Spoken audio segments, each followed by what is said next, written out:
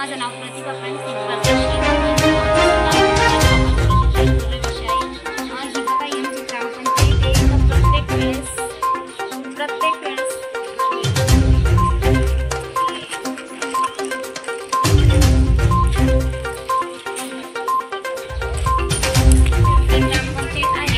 ग्रामपंचायतमध्ये गेल्या 5 वर्षापासून सर्व कामं खोटे होत आहेत. गरिबांना न्याय मिळत नाही, गरिबांना भरपूर देखील मिळत नाही, राशन कार्ड मिळत नाही.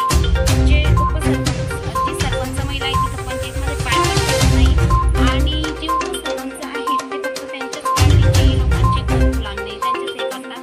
मला आज ग्रामसेवकांनी बोलवलेलं होतं, त्यासाठी मी सर्व कागदपत्र घेऊन इथे आले आणि मला दरवेळेस इथे पंचायतमध्ये यावं लागतं आणि ग्रामसेवकच नसतात. जर ग्रामसेवक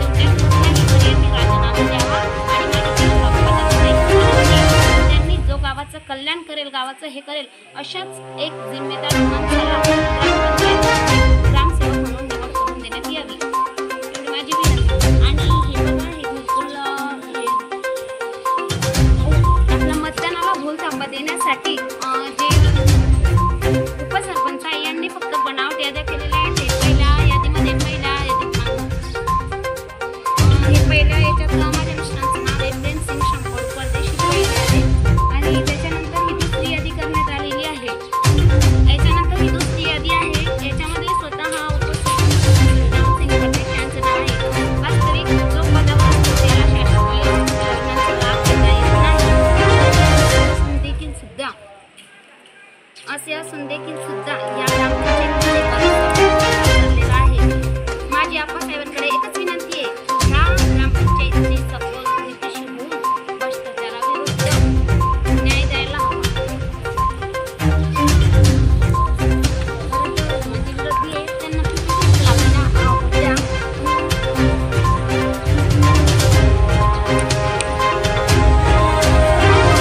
लावलेल्या होत्या, पण त्यांच्या जागा न जप्ता न करता माझी जागा जप्त केली. मी स्त्री असून मला अंघोळीसाठी बाथरूम नाही, शौचालय नाही. आणि ही बघा,